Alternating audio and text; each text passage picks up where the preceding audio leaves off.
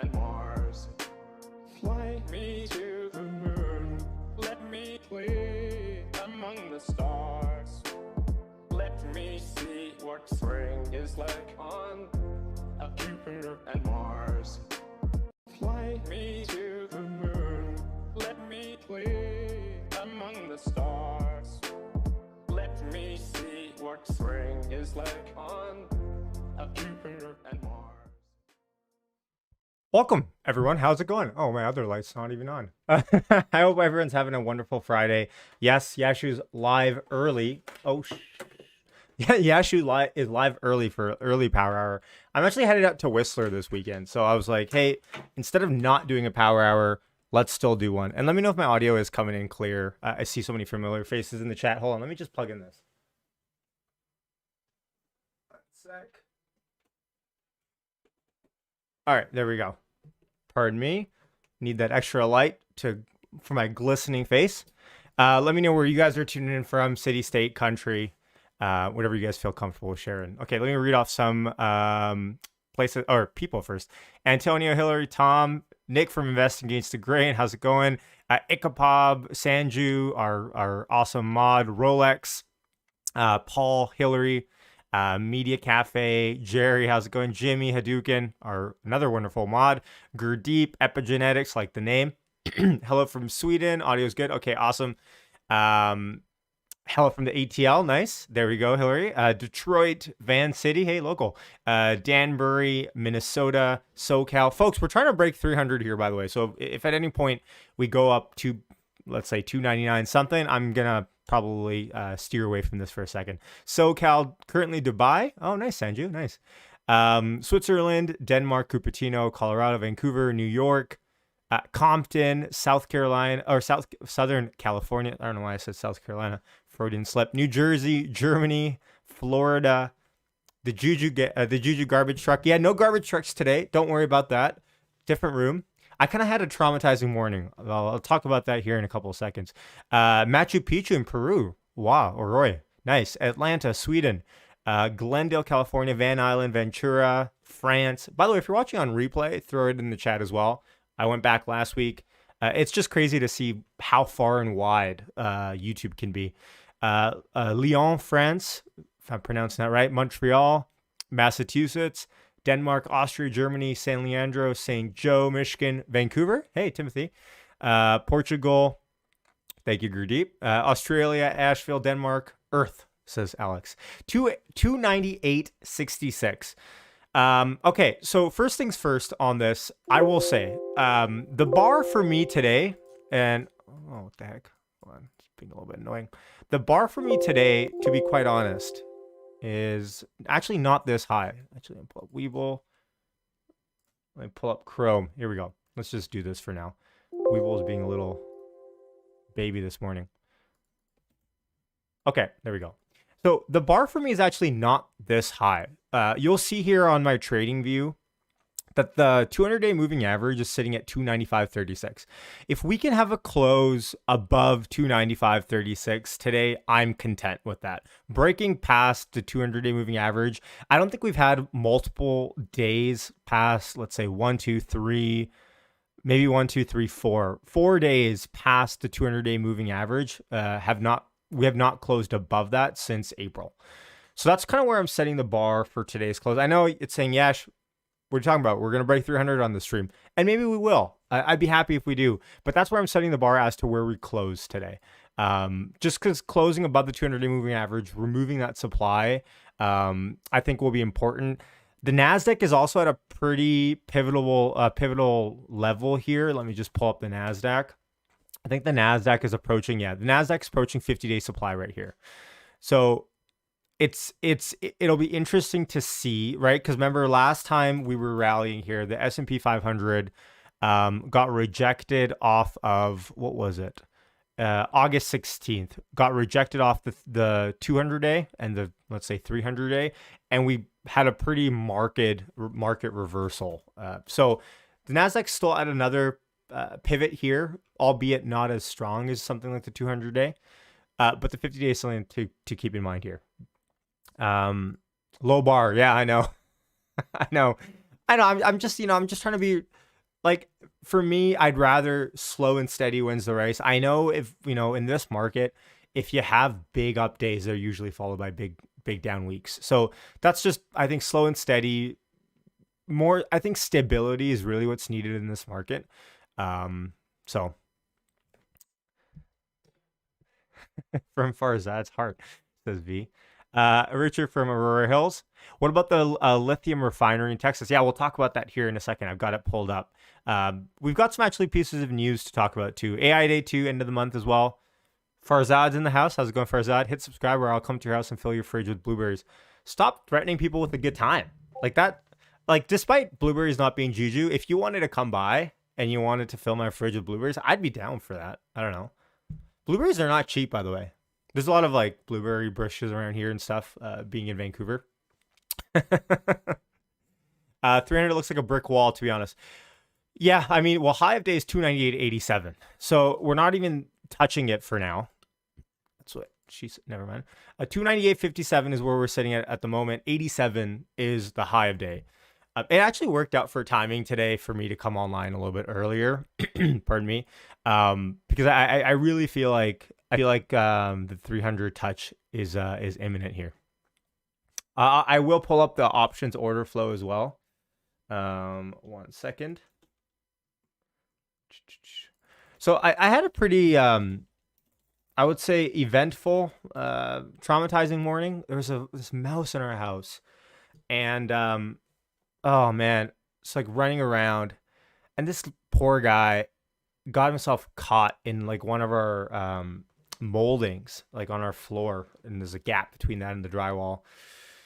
Oh man, just rest in peace. It was a sad morning, to be honest. Hold on, let me just pull up options order flow. I'm just trying to get that out of my head, to be honest. Like that happened like literally 4 minutes before I went on stream. So it was just like running around the house trying to figure out what to do, because Abby's not going to deal with this mouse. Let's be honest.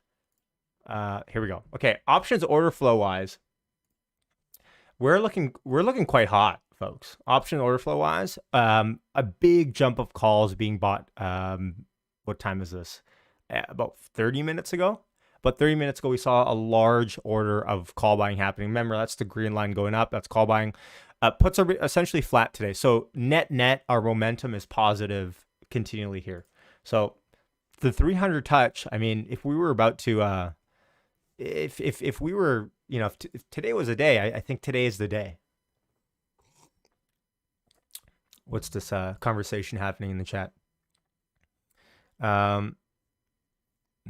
If you hit subscribe, I will unsubscribe. Yeah, it's funny, actually. I think if you, I don't know. I have the last subscriber thing at the bottom left corner. You've probably seen it. It only works if you have your privacy settings to on. Tesla Economics, how's it going? 100,000 deliveries from Giga Shanghai, 1.2 million run rate from one factory.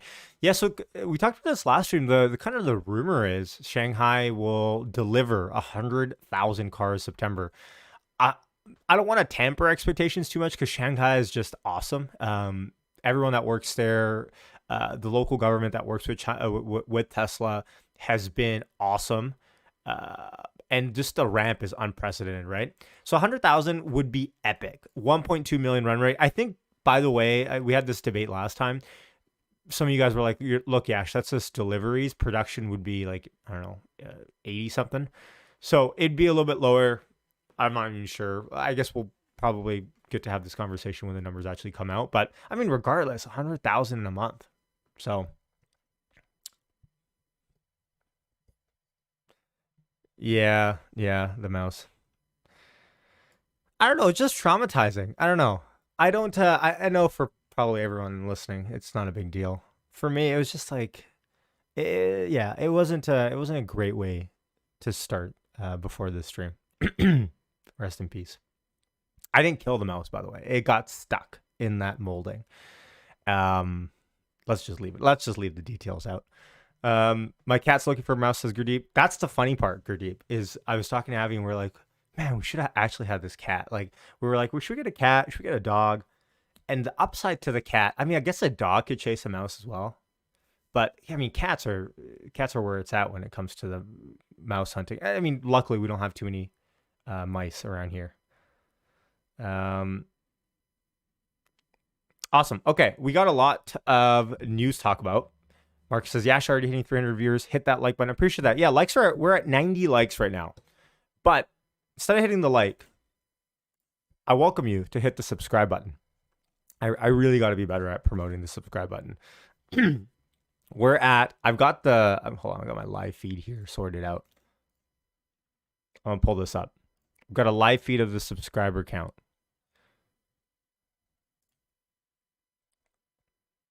I made a joke on Twitter. I said, I think level 5 FSD will come out before. Okay, 19,825. That's our live count for subscribers. Okay. Oh, yikes. Yeah, I know. I should just give a giveaway for that, shouldn't I? Okay. So a couple pieces of news. First one, breaking last night from Sawyer. Tesla is exploring to build a lithium refining facility on the Gulf of Texas. And this is from Bloomberg. Tesla says this facility would be the first of its kind in North America, as well as facilities to support other types of battery materials processing, refining, and manufacturing. And so goes on to say, ancillary manufacturing operations in support of Tesla's sustainable product line.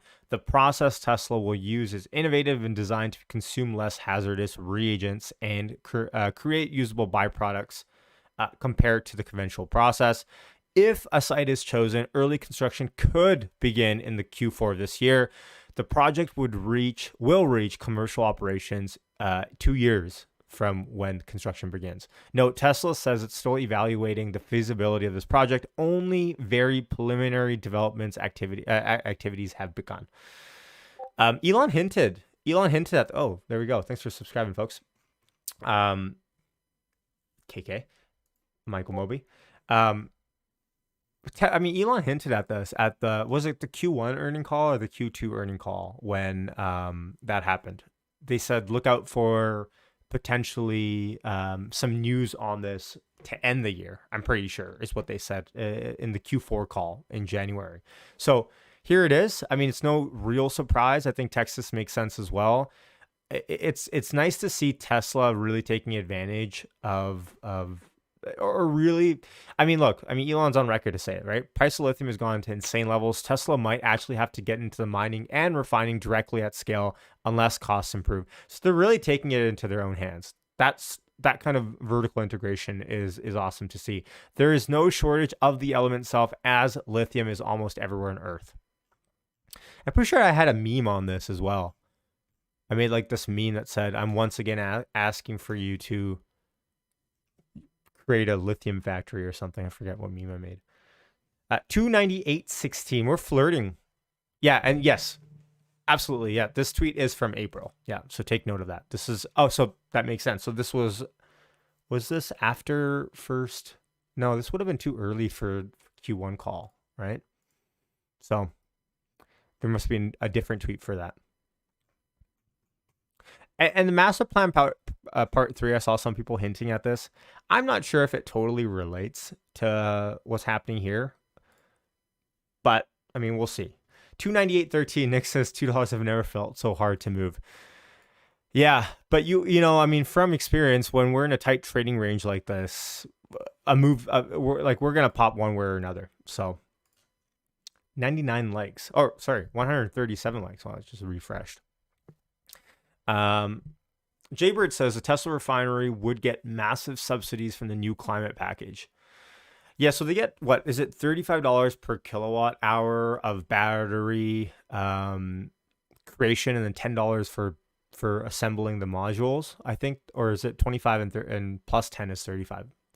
Either way, considering what they're already doing, it's massive to the bottom line. Yeah, 35. Okay, so 298.05 sitting on Tesla here. A little bit of a rebound back, testing down the 298 level. Again, remember, we're talking like micro level price points here, because all we want to see is a $300 touch on the stream. Angus says, why did we start so early? I'm headed to Whistler today. So instead of skipping the Friday stream, of course, I had to do a Friday stream, but earlier in the day when possible for me. And the whole pre-split thing, folks, like, I'm not sure, like, throw in the chat if you guys are used to this already. I'm still not used to the pre-splits pricing and the price movement. Like, it feels like in general volatility has gone down substantially. It seems like even, if we're at 298 today, and even if we woke up Monday at $20 down or something, right? Or $20 up, it just doesn't, obviously, it's not going to feel the same as being $60 up or, $300 up pre-split, right? It just feels tighter. It feels like volatility has kind of shrunk in general. In fact, let me pull up implied volatility here. And let me just take a look. Implied volatility on Tesla is, or implied volatility rank is what I want, what I really care about. What is this? 13-week implied volatility rank is 2. 26-week, half a year, is 1 out of 100. And the 52-week, 1 year implied volatility rank for Tesla currently is 26 out of 100. It's nuts. It's just so low. And that brings us into our next topic, catalysts coming up. So since volatility is so low, let's take a look at potentially what catalysts we might have coming up here. So Gary Black tweets this morning, key Tesla dates to look at. September 13th is the Tesla, or Freudian slip, the Twitter shareholder vote at $54.20 a share. The same day, the whistleblower testifies before the Judiciary Committee. End of month is AI Day 2. By the way, throw in the chat if anyone's going to AI Day 2. It's in Palo Alto. I'm not sure about how invites work on this. October 2nd, Tesla third quarter of volumes come out. Yes, remember? These historically can be big moving days. We saw this on January, 3rd or something this year, first trading day, the huge pop-up that we had in Tesla. I mean, I'll bring that up in case anyone's forgotten. Probably no one has. But remember, first trading day of the year was a great trading day of the year. We gapped up, and this is, of course, post-split prices, but we gapped up from $351 all the way to $402-ish, 400 and something bucks in one trading day, and that was on the heels of the delivery report. So a lot of people expecting a lot from this quarter, but I mean, in general, when people are starting to throw out expectations out the wazoo that are so high, right, it just kind of sets the bar too high sometimes. October 17th is when the Twitter trial starts. I think actually Gary, it's actually down here. October 19th is Tesla third quarter earnings. Remember, this is not an exact date. This is just his guesstimation. To be decided before the end of September, Elon Musk deposition. So Gary Black thinks, he was tweeting this out, he said he thinks that because Elon Musk is going to be deposed, instead of going through that, he'll probably settle before that. And he thinks he'll be called to deposition before the end of the month. So he thinks that at some time between now and the next, let's say 3 weeks, we hear about a settlement about this Twitter deal. And then Gary says, last thing, Street will update their third quarter and fourth quarter models over the next 2 weeks. And so potentially, I mean, you could say, oh, look, well, today we're seeing, by the way, 298.46 here on Tesla, not wanting to shy away from high day. You could say, oh, look, well, yeah, it's like Tesla is up because of the delivery expectations and all this stuff. I mean, maybe. I think a big portion of it, though, is macro related. Remember, NASDAQ is up 1.9%. S&P 500 is up 1.3%. And so with the beta of between 1.5 to 2, Tesla's kind of right in line with kind of where it would be. In fact, even maybe, in the trailing 5, maybe even a little bit lower compared to where it's been. So it sucks having to translate future price targets to post-split. Yeah, I think the way to look at this, and this is, of course, a little bit short term, it's going to be hard, but 333 is a trilly. About that, 330 is a trilly, 666 is 2 trilly, 1,000 stock price is 3 trilly. So you can kind of do your rough division based on that, I think.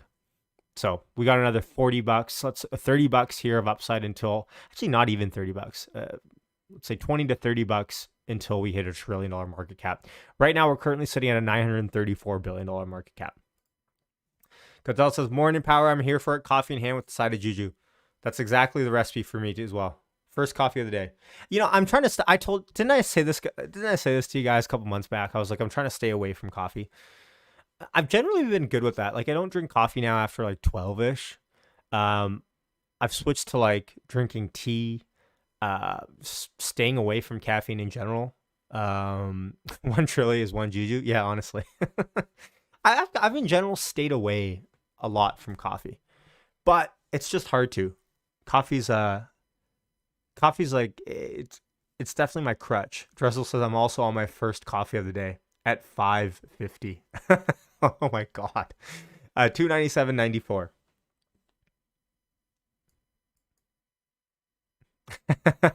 Yeah, I think a lot of people are surprised by seeing that I'm online this early. Tim says I took delivery of a Tesla last week and the staff were saying deliveries are overwhelming. Crazy demand with parking lot totally full. Also seeing refresh Model S and X on the street. Congrats, Tim. That's awesome. Yeah, we're kind of hearing anecdotal reports with how crazy Fremont is.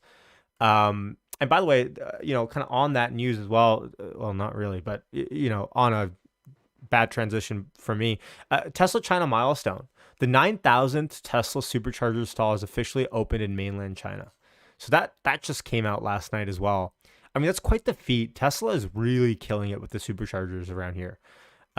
Even like, of course, China. Don't live in China, but even around here, Tesla is killing it with the supercharger game. Even today, like I was looking at the road trip up to Whistler, and I was like I was worrying about where to charge, and I was like, do we even need to charge? Like, I'm charging right now, and the car is at what is the car at? 83%. It takes about 50% to get to Whistler because it's all up to sea to sky. But I looked at the supercharger map, and it's like there's 2 superchargers in Squamish. The last time I looked, there was no superchargers in Squamish. There's one in Whistler, or there's one in Whistler now where there wasn't before. There's 2 now in Squamish. I only remember there being one. Like the expansion is happening rapid and fast. So.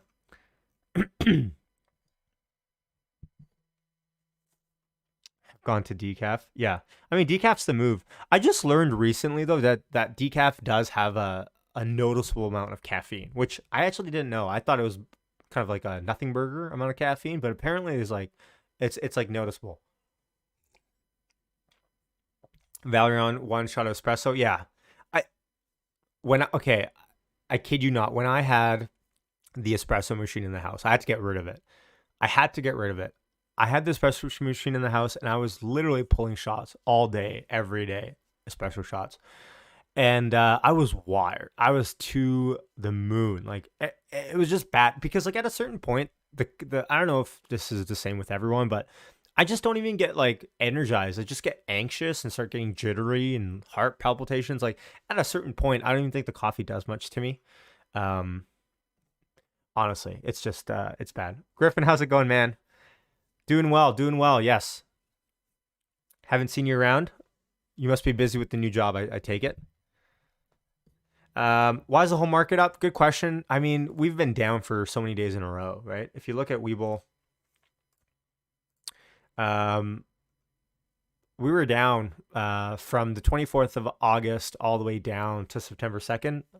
I don't want to say in a straight line, but I mean essentially. So some people are calling this like a dead cat bounce in the market. I think the market is also waiting to see how inflation turns out. Inflation reports next week, correct?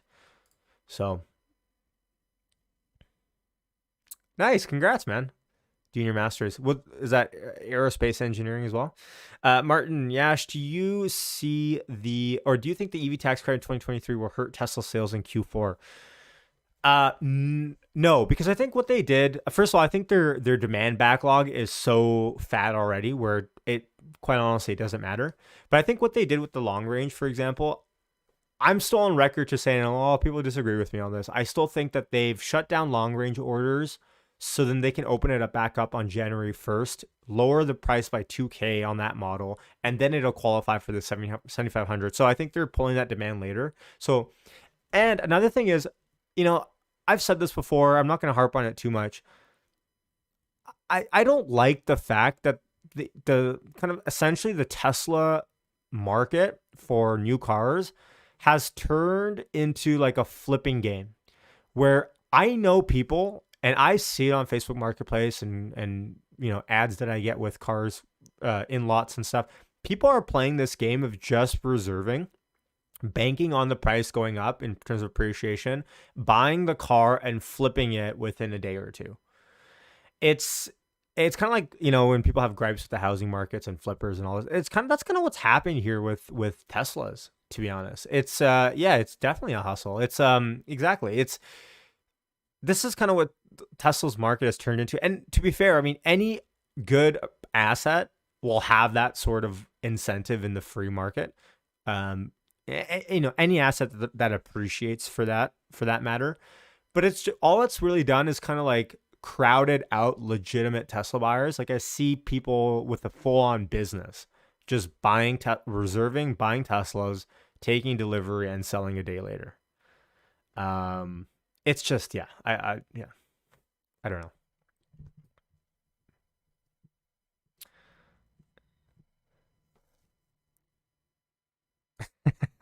Yeah, I mean, people sell PS5s. Exactly. It's kind of the same thing, but it just sucks, right? Because it's like with a PS5, like I don't want to say it doesn't matter, but I mean, it's a video game platform at the end of the day, right? It's a console. Okay, we're not worrying about transitioning the world to sustainable console usage, right? And to a degree, even the free market person in me looks at that and says, look, that's just the free market saying Teslas are worth more than they are right now from what Tesla is selling at, and that's the free market taking advantage of the surplus. Fair enough. So it's not like I hate it. I'm just saying, like, I know people that won't be able to buy Teslas, because they're being crowded out. So I mean, for the most part, I'm a free market guy, so I can't really hate it, but it is a hustle. Yeah, exactly. Yeah, exactly. It'll end when price drops and people are holding the bag. Exactly. And that's why I specifically say all the time, don't buy a Tesla if your entire goal is to make money off of flipping it. Because one day Tesla will lower the price to qualify for certain models, or because Elon's goal is not to maximize gross margin on these cars. There will come a time when the prices drop. It won't be a surprise. And when they do, you don't want to get caught, like you say, holding the bag. So does FSD also get transferred? My understanding is that FSD stays with the car. So if you sell the car, the new car owner gets it, essentially. 298.18 sitting on Tesla at the moment. Folks, we need to break 300 here on stream. I got about half an hour. And we need to break 300 on stream here. Hit the like, hit the subscribe, do whatever you need to do. Maybe if we get up to, we're at 171 likes. Maybe if we get up to 400 likes, we'll break 300. If we break 300, I'll take, do I have that lemon? Should I take a slice of lemon if we break 300? I don't know. What can we do to entice the GG gods here? Does Canada offer EV incentives? Yes. How does the government in general toward EV renewables? Yeah, so in general, in Canada, you'll get, I think, $8,500. $8,500 for an EV under $55,000. Unfortunately, no Teslas qualify for that any longer. In fact, it's actually pretty ugly in terms of pricing. I'm not sure if anyone's checked out the Canadian pricing page. I don't think you probably care if you're not a Canadian. But it's in terms of pricing, it looks really ugly. Check this out. $59,999 is the Model 3 starting price range. And I actually thought this fell because it was higher before. But down here, you can't see it, but it says purchase price is actually $63,980. So a large portion of this is exchange rate, of course. But unfortunately, no Teslas qualify any longer for the EV incentive. We just snuck in. Mark says tank top equals Juju. Juju is like any sort of citrus. But if you're saying, will I wear a tank top if we break 300? I mean, debatable. At this pace, I feel comfortable to say, what Throw in the chat. What are the odds of us breaking 300 on this stream in the next half an hour? Throw in the chat. I'm going to throw the odds at 60-40. That's my odds for the next half an hour. Just by how steady Tesla has kept over. Oh, just as I said that. Kept over 298. 50-50, 1 and 3. Drew says 95. Drew's got some confidence. Chris is 5%. So there's the other 5%. There's the inverse side.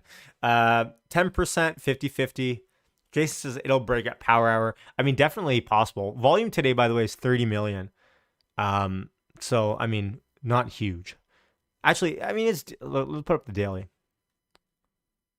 I mean, 2.5 hours into the trading day. We're about 50% to the way we were yesterday. I mean, it's decent. 298.19. Folks, I think we're about to break it here. Look at that tail. Look at this wick on this candle, on this 1 minute. 10%, 20%, 7%. Not today, says Sean. There we go. Super low volume, 8.6%. Let's see how this 1 minute candle closes here. Okay. It didn't close too strong. I was going to say, if this 1 minute candle closed green after wicking down, that would be a good sign. Mountain Dew works. Minimum 95%. Christopher says, what does the wall at 300 look like? I can pull that up on my Interactive Brokers here. You know what's funny is, oh, hold on. Check out these wicks, though. Like, I don't know. These kind of wicks you usually get when there's a move that's about to happen. We just need volume to come in. Let me pull up. Actually, I think I could pull it up on my Thinkorswim here. Hold on 1 second. Let's look at the charts. Why is my chart on Palantir? The wall at 300 is, yeah. I mean, it's actually not at 300 so much. It's actually a couple pennies before that. My sister is calling me. So we'll see. I could pull up the tape as well on Thinkorswim. I don't think necessarily anyone cares too much about the tape though, but I can pull it up if wanted. There we go. 297.78. Very nice, Spencer. Congrats. It took a full year. That's crazy. That's nuts. Yeah, Subway lunch hour. Yeah, I mean, Subway, technically by definition, you were correct. It is Subway lunch hour at the moment. Does orange juice in the morning count as juju? Does orange juice in my morning coffee count as... Michael, orange juice, OJ in the coffee. I think that's a party foul. I kind of want to try it, though.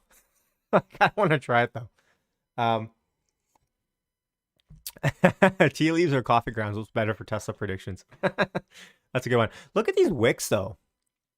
I don't know. 297.75 sitting on Tesla. Too much macro influence. Well, let's pull up the NASDAQ. Yeah, you're pretty right. Yeah, look at the NASDAQ trailing back down. The S&P 500 as well, down from the highs. Actually, Thinkorswim. Let's see what CNBC is talking about here. Put the volume. Because what this does is it lays out the Fed's case of why they believe further rate hikes are necessary, because they think the factors affecting it are going to be there. Because, she says, there's been persistent damage to the supply side of the economy from the pandemic. And it's a tight economy, not necessarily supply shocks that are driving inflation. I want to lay out these three things she says that are out there and lasting. 1, damage to the global supply chain. 2, destruction of service sector capacity. Yep. And 3, a decline in the labor force participation, that she does not see these three things going away anytime soon and magically bringing the inflation rate down. Finally, she says the Fed needs to moderate growth to narrow economic imbalances and keep inflation from becoming embedded. I'll stop right there. Dominic, it's a lot to think about, but we have had a chorus 5-part harmony, I think, this week when it comes to hawkish talk from the Federal Reserve, and they're really singing maybe perhaps different frequencies, but in the same tune. In the same tune, for sure. But this notion right now about the Fed always data dependent, we've heard this for the record a lot. How important then, given those comments and the framing that the Fed has put into place now, will the inflation data be next week? Is it going to change the calculus? That how much does the inflation data need to change from one data point or two in a month's time to change the path that the Fed is on right now? Dominic, I have lived for 30 years covering data with one rule, which is never ask the data to do something it can't do. The inflation report we're getting next month can be nothing more than 1 month's data. And what the Fed is saying consistently is that it needs several months of data. Next week's data on inflation cannot be more than that. It will be 2 months in a row. But what I think is really significant here are two things. Both officials seem to be suggesting there's a persistence to this inflation that they don't think is going away anytime soon. And both will say, I disagree. Powell has said, as Brainerd has said, they need several months of declining data to really sway their path. So Steve, I mean, if you take a look at the way there's the economic data, the formal releases, the things that we're used to on the calendar, and then there's everything the markets are showing us right now. And those people who watch the markets say that we have seen signs of peaking inflation, even though nobody wants to say it out loud or for the record, but that we've seen signs of peaking inflation for several weeks, if not a few months at this point, given market indicators.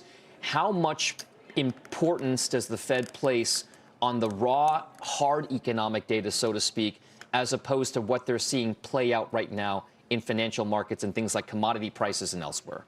You know, Dominic, over the years, when I've seen two people arguing, a lot of times they're arguing about the wrong thing. Market can be right that inflation has peaked, but that's not really what the Fed is looking at. The Fed wants to see inflation coming back down to its 2% target and doing so in a way that Waller laid out meaningfully and persistently. He might actually have to check the record. I've picked up Powell's language on that, but that is an interesting test. If you peak at 9% and end up at 6%, that's not enough for the Fed. If you peak at 9% and go to 4%, that's not enough for the Fed. You need to get back down towards that 2% target. And the thing that's important is Esther George has now given two very thoughtful and important speeches. This one, I think, is also very important if you want to look at the persistent aspects of inflation and the reason why other Fed officials and herself as well are confident in the need to raise rates. It's the persistence, those three persistent things she talked about. Let's bring the investment committee into this. Jim Lebenthal, you are nodding and shaking your head multiple times during this conversation and during what Steve just laid out in terms of comments from Waller and George. What exactly about this inflation picture has you optimistic and or pessimistic? Well, first off, let me start by saying Steve is a truth teller. Not that any of us aren't truth tellers, but he's a truth teller, and he's got insight. He's got a channel into what's going on in the Fed. Thank you, Jim. That makes him worth listening to. And I listened to you yesterday. I wasn't on the show. It's actually easier to listen to you when you're not on the show. It's not in the heat of the moment, right? One of the things that you said, and I just want to focus on this because I think it dovetails with what you're saying today, is it's not necessarily the path, but it's the destination. And I would submit to you that everybody knows I'm bullish on the markets, that the destination in the bull case is the Fed funds rate at 3.5% to 4%. I'm going to add to what you said about the destination. It's when you get there. Meaning, if it is essentially done by the December meeting, by the end of the December meeting, market's going to be okay. Market's going to go into 2023 and say, well, the bulk of it's behind us. We can start to look forward. The question is whether 3.5% to 4% is the destination and whether December is the right time frame. For that, inflation matters. And you're absolutely right. It's not, I mean, Jay Powell 2 weeks ago said, all we've got so far is 1 month's worth of good data. Don't hang your hat on that. We are probably going to get another month next week when we get the CPI, PPI. Now, I don't say that by licking my finger and putting it in the wind, Dom. I say that looking at where gasoline futures are, where could be negative next week.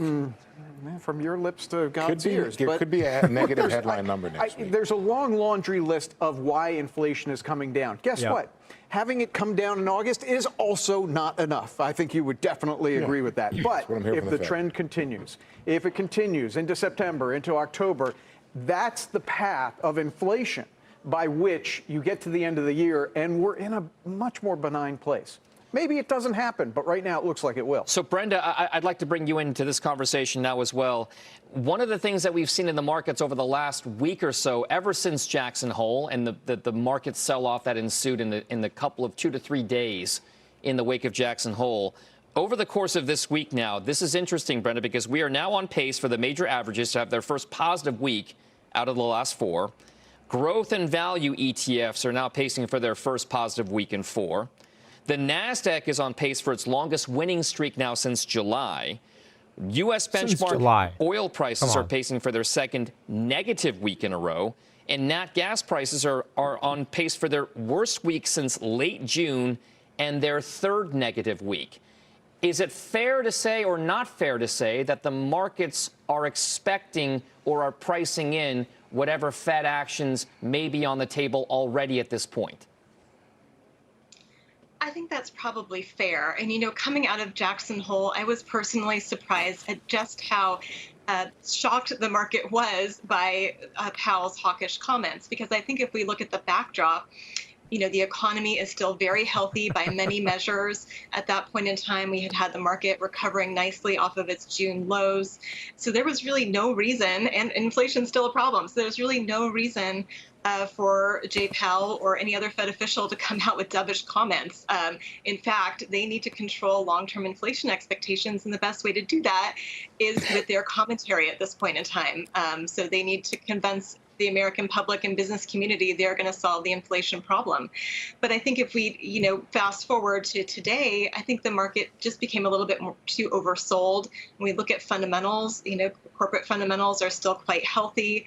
I think we've had more and more of this floating of the idea of a 75 basis point cut coming out, and we're seeing signs that inflation's coming down. We'll get true numbers next week. But I think that all, in my mind, sets a stage for providing the market a little more clarity on just what needs to come next. And this, a lot of that depends on how much of an improvement we see in inflation next week and the pace of improvement. And then what does that mean for the Fed going forward? And I think if we are closer to the end of this rate hiking cycle, meaning it's over at the end of this year and then we pause, I think to Jim's earlier point, that is a positive for the market. It certainly will provide us with more clarity on what comes next. And so I think that's, in my view, could set things up to be more positive as the year goes on, certainly as we get more data points about inflation. So what's interesting about this action now, folks, here, is this idea that if you look at a year-to-date or a one-year chart of the S&P 500, and you look at the lows that we saw back in June, and then you look at the highs on a relative basis that we saw just in this early mid part of August, this 4,000-ish range that we're at right now is almost smack dab in the middle of the August highs that we reached and the June lows. It kind of implies that we're at this crossroads in the market. And we had one big investor come on the closing bell just yesterday. That's Scott Meier, Chief Investment Officer over at Guggenheim, who made some relatively bearish comments, I would say, with regard to where the markets could be headed, but then again, where the markets could appear attractive. Take a listen to what he told the closing bell just yesterday. I'm thinking somewhere between 3,000 and, let's broadly say 3,000 and 3,400. We'll figure out the bottom when we get there. But, I would say 3,000 on the S&P 500. Okay. As we currently sit here, we're at 4,050. So, I mean, interesting. Look, I think I agree with a lot of people in the chat saying how short-sighted this can be. I think what we learned, though, that I think not a lot of people talk about, to be honest, is like what we learned from not this recession, but from this 297.84, by the way, sitting on Tesla. I think we want to retest these highs here. But what we learned, I think, from this recession is that we don't control supply chains at all. And I think everyone knew that if you were looking. But I mean, destiny is not in our hands a lot of the time. And I think that's really the issue at the moment, is that you look at what's happening now with the energy crisis in Europe and potentially the gas pipeline being shut down. I mean, talk about inflation. That could be part 4 inflation right there. And you can't control anything. So destiny really isn't in your own hands sometimes. That's the issue. And so I think there's a concerted effort to figure out in the long haul over the next 30, 40, 50 years, how do you rejig this entire supply line to make it so then you actually can control a lot of the labor, the supply chain, downline, upline, and then production to and direct to consumer is big now too. So I think there's a huge effort to fix that pipeline, because right now it's not in our hands at all. 297.66 sitting on Tesla. I think, I mean, this is looking promising. We essentially sold off to where we wanted to sell off here, and then now we're actually looking quite good, I would say, in general. 297.61 sitting on Tesla. What's the comment here? Yeah, I mean, kind of a yo-yo kind of move here, but I mean, in the grand scheme of things, if I were to put this into perspective, it's not like $10 moves going back and forth or whatever it is.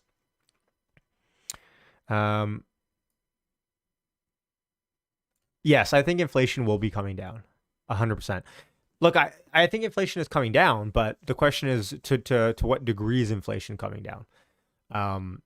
I think it's a great sign that inflation is going to be trending down in this next report. But that still doesn't put another 75 basis points hike past us come September, or December. So, yeah, I mean, having a long enough time horizon is kind of the only way that you get out of this. So, okay, we got some other news to talk about here. Let me pull up my Chrome. Where is it? Okay, so Gary Black tweets, another big reason why Tesla tends to outperform in the last quarter of the year is because analysts play catch-up, boosting their fourth quarter and next year earnings, as the third quarter earnings tend to beat too low on expectations.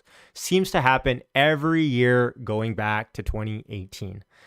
Gary says, my 2023, so next fiscal year, EPS is at $8 versus Wall Street at $5.83%, a greater than 37% opportunity at the same price to earnings.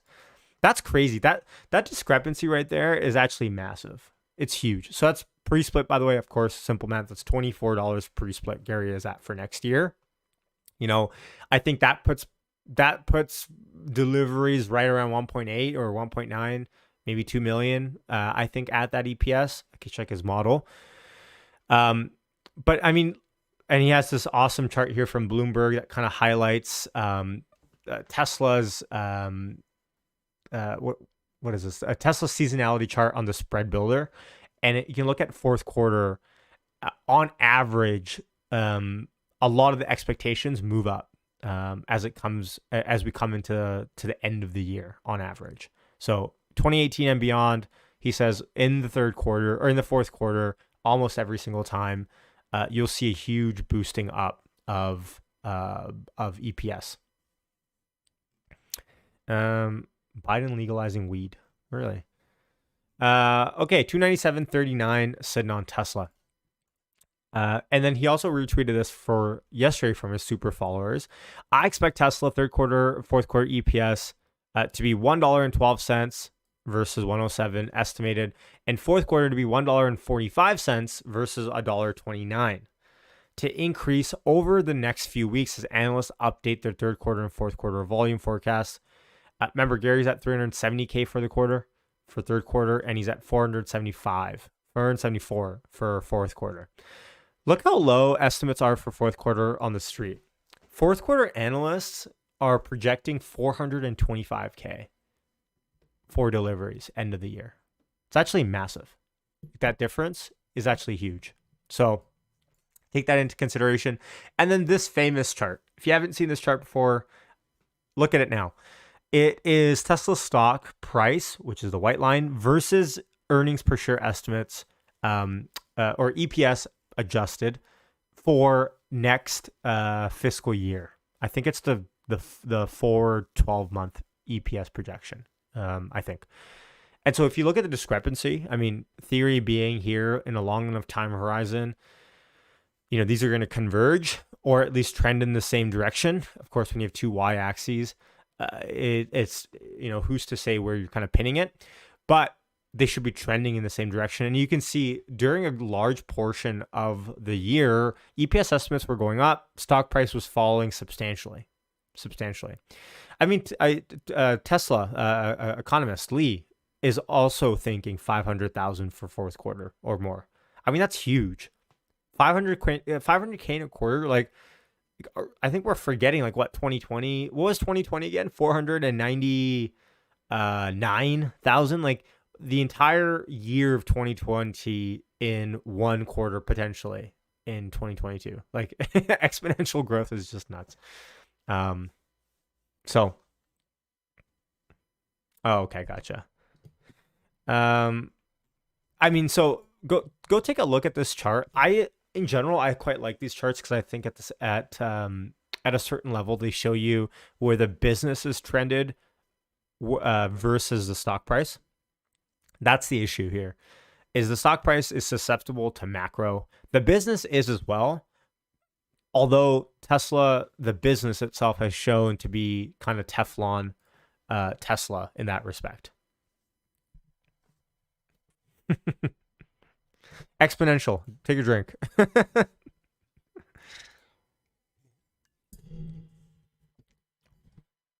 Interesting. And remember, like I said today, I'm not going to be on for Power Hour for 12 p.m. Pacific. But remember, I'm setting the bar on close today to be greater than the 200-day moving average. That's where I'm setting the bar today. Let me know in the chat where you were setting the bar for like what. Okay, throw in the chat. At what price would you be happy if Tesla closed at or above today? Not a guess, but where are you setting the bar on the low end? Right? Don't say like 500. 300, 305, 300. Okay, interesting. Everyone in the twos. Well, I think Alex will get that hopefully. Okay, wow. Okay, never mind. Everyone is team 300 apparently right now. This is Sparta. Okay, everyone's team 300. Almost everyone here, it seems like. 303. Personally, I'm 295. I'm 295. I'm with you, Scott, Frank. But I mean, 300 is fair. I mean, we're kind of flirting with that already. It seems like we're $1 away from high of day anyways. Who's to say when we pop? Drezel says, I think 294.42 because that's because of the options market. I could take a look at an updated for the options market if you want me to. Let's take a look here. 295 is 200-day. Yeah, Hamilton. I'm with you there. I'm setting the bar at the 200-day moving average, and anything above I'm taking as gravy, essentially. Options market still looking hot. I mean, take a look at it here. Chrome. Options market still looking hot. Momentum is still green. We haven't trended away. Call buying maybe has slowed down a little bit. Oh, gotta move my fat head for you to see that. Call buying maybe has slowed down a little bit, but I mean we're still looking green on the options market. Momentum is still up. And also, I tweeted this out yesterday. Let me pull up my Twitter. Go follow me if you want at HateSyashu. Keep your expectations low. I tweeted this out. I said Tesla outperforming the NASDAQ 4.6 times in the last 5 trading days. If that's an overhang, I'll take it. Last 5 days, Tesla's up 6.16%. NASDAQ's up 1.33%. That was last 5 trading days as of last night. And I said, for what it's worth, the trend is still down until we break above 305 on the daily. The 200-day moving average at 295 is a good stepping stone. So that's where I'm, and I'll show you here where I'm getting this from. This is the TradingView Ripster indicator, and I'll check out on the, pull up the daily. Hold on one second, and I'll pull up the super trend. If you see, the super trend has a sell signal all the way until 305. So that's where I'm kind of setting the bar at the moment for the trend reversal on the daily. The general trend on the hourly is still buy. It's still positive here. So Emmett in the house. Emmett, how's it going, man? 302. So I mean 297. I think for the most part, I think 295 and a penny, I'll be happy. As long as we close above the 200. Actually, is the 200-day moving average right at 295? It's 295.35. Okay, so 295.36. I'll be happy.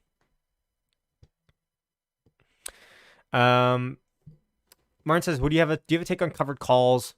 Some people say you can make good money. Others say it's dangerous. So covered calls, I have a video out on covered calls. Go check it out. I think you'll like it.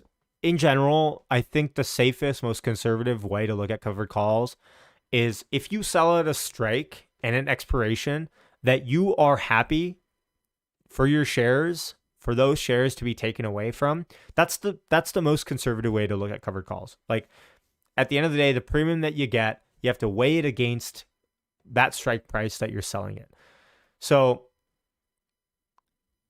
that's the most conservative way to look at it. Some people will start covered call positions with the intent to never let that exercise, and so just keep rolling if the Tesla moves up. I think the problem with Tesla and covered calls, not right now, but in general has been that Tesla, when it moves up, it doesn't care. It can move up 5, 10, 15%, even with this huge type of market cap. We've seen that before. That's the outstanding risk with covered calls. And you can definitely always roll them, but stressful, but there's not much of a downside, says Alex. Yes, although be careful if you're selling poor man covered calls, for example, with leaps. I've talked to people who've tried selling like with pennies on the dollar on their deep in the money leaps, and now they have to exercise those leaps, or they have to find the cash to buy the stock to let that exercise out, or they have to find the cash to then close that position. So yes, it just watch that video. I think you'll like it. Evan says, how does Yash feel about the next factory in his neighborhood potentially? I'm excited. Look, I always said Giga Canada made sense. I think hopefully you guys can back me on that. I didn't just bandwagon in the last couple of weeks. I think it makes sense because, number one, the exchange rate. The exchange rate here is amazing for Americans, terrible for Canadians. The human capital here available in a lot of these universities is actually quite high. McGill, Waterloo, like there's I'm probably missing a couple here. But Queens. So, I mean, there is human capital here as well. And then also, if you look at battery manufacturing and battery tech, a lot of that does happen in Canada. Have you noticed, like, who was that? Who was the 4680 pioneer out of Newfoundland or Nova Scotia? I forget his name. During Battery Day, I would only think about this guy. What was his name? I forget. Does anyone remember? It was a professor from the East Coast of Canada who was really in charge of, someone's going to know it in the chat, who was in charge of, and as soon as I find out, I'm going to be Jeff Dahl. Was it? Yeah. Was it Jeff? Was it Dahl? Jeff Don. That's who it is. Jeff Don. Yes. So Jeff Don, for example, he is a professor in, let me see what university actually he's a part of. Like a lot of this stuff, surprisingly to me even, Jeff Don, exactly, Dalhousie. I have friends that went to Dalhousie. Like surprisingly, a lot of this stuff happens in Canada. I don't know what it is, but I think, we've had this debate before. If you look at, for example, like I've had this debate with friends, and they're always like, how is it that a lot of the top music artists come out of Canada all the time? Like Justin Bieber, Drake, The Weeknd. Like you talk about like the powerhouses of the music industry. A lot of times, a lot of pop artists as well are Canadian. And that's weird, right? So, like disproportionately so. And I think there's a degree of like, because of social structure here, a lot of the time, I think the general society is able to do stuff that's a little bit more outlandish, a little bit more creative in that sense. Not as a whole. I'm generally painting as a broad stroke here. So I think there's a degree of a human capital pool. And I think you can recruit Americans to come to Canada. I don't know. Throw in the chat. If you're an American, do you think it's easy or hard to recruit Americans to come to work in Toronto, or let's say insert big city Canada? I don't know. I think it actually pretty decent. I think you could probably get a pool of Americans to come. Although I guess you'd have to pay them American kind of salary. So maybe there's that there, but I'm quite happy with the idea of a Giga Canada coming out. I think it makes sense. But again, as I've said before, it only makes sense if the EV tax credits as well line up there. Too cold up there. Yeah, I mean, you're right. East Coast is no Vancouver. This is why I really wish there was a Giga van. That'd be awesome. But it's no different than living in Detroit. or living in New York. I mean, living in New York is cold, right? Yeah, should you pre-order the new iPhone? No, I did not. I'm not a pre-order the new iPhone kind of guy. My dad is. I should ask him if he had. I live 2 or 3 generations behind on the iPhone scale at all times, pretty much. Except right now. I'm on the iPhone 13, I think. Yeah, San Diego. Yeah, it's a little bit different. Not Toronto, but yes to BC or Alberta. I mean, that's the thing is like BC is so expensive. Alberta does make sense on a cost perspective. $297.18. Canadian dollars weak. Yes, very, very much so. Boy says if I was from Georgia, I'd be scared to go to the snowland. I mean, it's no different than New York, but I mean, I respect it. The snow's not for everyone. I mean, heck, it's not even for me. Like, it snows here like 3 times a year on average. Last couple of years have been exceptions, but yes, it's a different lifestyle for sure. I mean, don't get me wrong. I'd much rather live in like Florida, Southern California, than Vancouver. If it was the same country, if everything else was the same for my life, but it's not.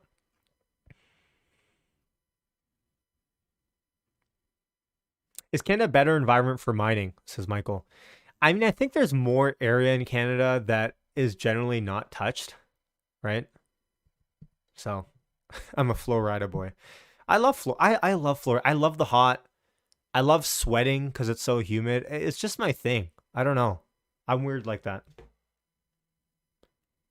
I love the ability to like walk outside and just be drenched in sweat, which was the case when we went to Orlando. Literally would take a step outside, instant sweat on my face. Is the ground frozen all year round in Canada? No, not at all. Not at all. It's, again, these are general misconceptions when people say Canada. Remember, like 70% or something crazy of the Canadian population live within 100 kilometers of the border or something like that. Like, I don't know the exact stat, but it's something like that. Like, almost everyone lives by the border. So very few people actually live very far north. So like Toronto by the border, Ottawa by the border, Montreal even by the border, Vancouver by the border. So in general, when you think of Canada, you should think of Seattle, same kind of temperate climate. You should think of Detroit, maybe think of New York. Like, these kind of climates are very similar. UBC represent. There we go.